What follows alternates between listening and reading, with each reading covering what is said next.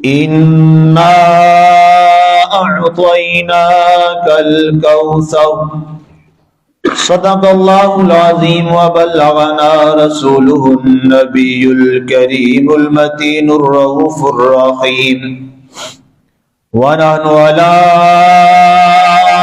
ذلك لمن الشاهدين والشاكرين والحمد لله رب العالمين.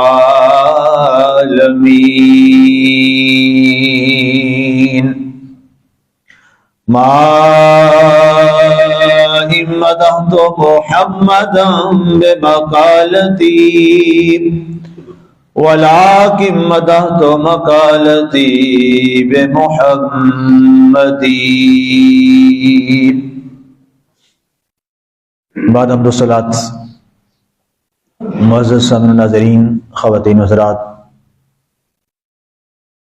آج ہمارے اسلامی اور قمری کیلنڈر کے لحاظ سے 13 جمادی الثانی کا آج مقدس دن ہے. آج کے روز ایک بہت عظیم اسلام کی عظیم خاتون، آج ان کا یوم وصال ہے، جن کا ذکر اور تذکرہ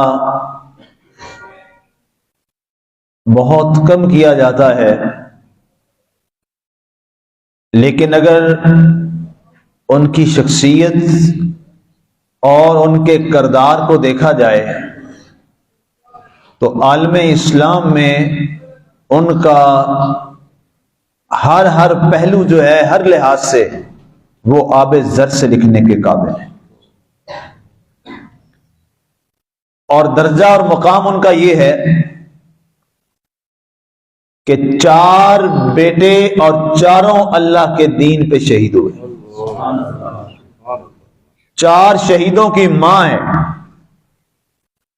اور شوہر بھی شہید ہے. اب جس کا ایک بیٹا شہید ہو، اس ماں کے بارے میں آپ کے اور میرے نبی صلی اللہ علیہ وسلم نے کیا خوشخبریاں سنائی ہیں کہ اس کا کیا مقام ہوگا. جس کے 4 بیٹے بھی شہید ہوں، شوہر بھی شہید ہو، اس عورت کا کیا مقام اللہ کے ہاں. میری مراد حضرت ام البنین فاطمہ بنت حزام بن خالد رضی اللہ تعالی عنہا ہیں، اور یہ حضرت سیدنا خلیفہ رابع، حضرت سیدنا امیر المومنین حضرت علی رضی اللہ تعالی عنہ کی زوجہ محترمہ ہے. ان کا نام نامی بھی فاطمہ ہے، لیکن وہ جو سیدہ طیبہ طاہرہ ہیں وہ فاطمہ بنت محمد رسول اللہ صلی اللہ علیہ وسلم ہے، اور یہ فاطمہ بنت حزام ہے. یہ مدینہ منورہ کے دیہات میں ایک سائٹ پر یہ خاندان تھا، اور یہ خاندان کلاب کہلاتا ہے. یعنی عربوں کے اندر خاندان قریش کے بعد جو آپ کے اور میرے نبی صلی اللہ علیہ وسلم کا خاندان ہے، اس خاندان کے بعد سب سے زیادہ جو عزت کی نگاہ سے خاندان دیکھا جاتا تھا وہ ان کا خاندان تھا. اور آپ کا جو مشہور نام ہے تاریخ میں وہ ہے فاطمہ کلابیہ، قصی بن قلاب، جو حضور صلی اللہ علیہ وسلم کے آباء و اجداد میں ایک نام آتے ہیں نا جی، قصی بن قلاب، تو یہ جو قلاب تھے ان کی اولاد سے تھے. اب عام وہ جو ایک علم الانساب کے لوگ بولتے ہیں نا جی کہ 3 نسلوں کے بعد پھر خاندان کہیں مل جاتا ہے، تو ان کے ساتھ بھی معاملہ وہی ہوا. یہ خاندان ماشاءاللہ اسلام لے آیا، اور حضرت حزام بن خالد رضی اللہ تعالی عنہ آپ اچھے تاجر بھی تھے اور بڑے جنگجو بھی تھے، بڑے جمع مرد تھے، اور بڑے بڑے عزم اور شجاعت کے ان کے بڑے واقعات مشہور ہیں، تاریخ میں لکھے ہوئے ہیں. کہتے ہیں کہ جب واپس آئے تو ان کی زوجہ یعنی حضرت فاطمہ کلابیہ کی جو والدہ تھی، ان کا نام سمامہ بنت سہیل تھا. بعض نے لیلا بھی لکھا ہے، لیکن زیادہ مشہور جو تھا وہ سمامہ تھا. تو تو سمامہ بنت سہیل یہ آپ کی زوجہ تھی. واپس پہنچے تو انہوں نے کہا جی مبارک ہو، اللہ نے آپ کو صاحبزادی عطا فرمائی. آپ نے کہا اللہ نے اگر صاحبزادی عطا فرمائی ہے تو میرا دل چاہتا ہے اس کا نام میں فاطمہ رکھوں. سبحان اللہ. اب اللہ کی طرف سے اس نے انتظام تھا، اور ان کو اس وقت تو معلوم نہیں تھا کہ یہ فاطمہ بھی اس سیدہ فاطمہ بنت محمد کی گھر کی دہلیز پہ جائے گی. لیکن ظاہر ہے یہ نظام اللہ کی طرف سے ہوتے ہیں. نام رکھا گیا، اور حضرت سمامہ کہتی ہیں کہ میں نے بڑے خوبصورت انداز میں جو شجاعت، بہادری، سلیقہ، طریقہ، خاندانی روایات، فصاحت، بلاغت، شاعرہ، یہ سارے جو ایک عربوں کے ہاں علم کی بڑی وجوہات ساری چیزیں ہوتی ہیں، افصل لسان ہونا، کہتے ہیں میں نے بچپن سے ہی اس اپنی بیٹی کو ساری چیزیں سکھا دی تھی.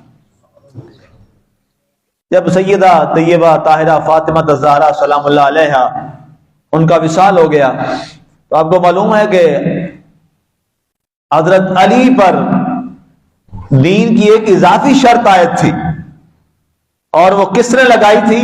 وہ خود صاحب شرع حضرت سیدنا محمد رسول اللہ صلی اللہ علیہ وآلہ وسلم نے لگائی تھی. آپ نے فرمایا تھا علی جب تک فاطمہ تمہارے نکاح میں ہے تم کسی اور سے شادی نہیں کر سکتے.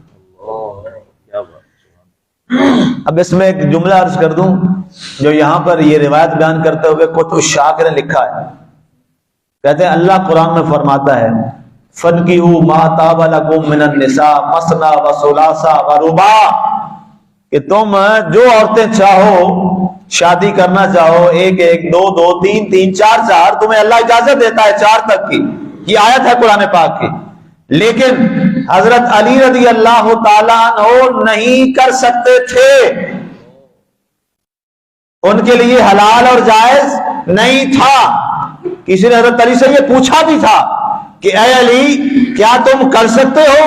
کہا نہیں، اگر میں کروں گا تو میں اللہ کے ہاں گناہ کبیرہ کا سرزد ہو جاؤں گا، مجرم ٹھہرایا جاؤں گا. تو پھر ان شاک نے لکھا پتا چلا دین وہی ہوتا ہے جس کو محمد مصطفیٰ فرماتے ہیں. دین وہی ہے، یاد رکھیے گا. آج کوئی لوگ بیچارے پھرتے ہیں وہ دین جی وہ ہے تو وہ تو محمد صلی اللہ علیہ وسلم وہ نبی تھے اور وہ گزر گئے چلے گئے. او بھائی اگر تم نے سیکھنا ہے تو علم پھر سیکھو نا باب العلم سے. علی سے بڑھ کر علم کس کے پاس ہے؟ تمام خلفاء، تمام صحابہ رضوان اللہ تعالی اجمعین، اوپر سے لے کر نیچے سارے تمام یہ کہا کرتے تھے علی اعلمنا، علی ہمارے درمیان سب سے زیادہ علم والا ہے.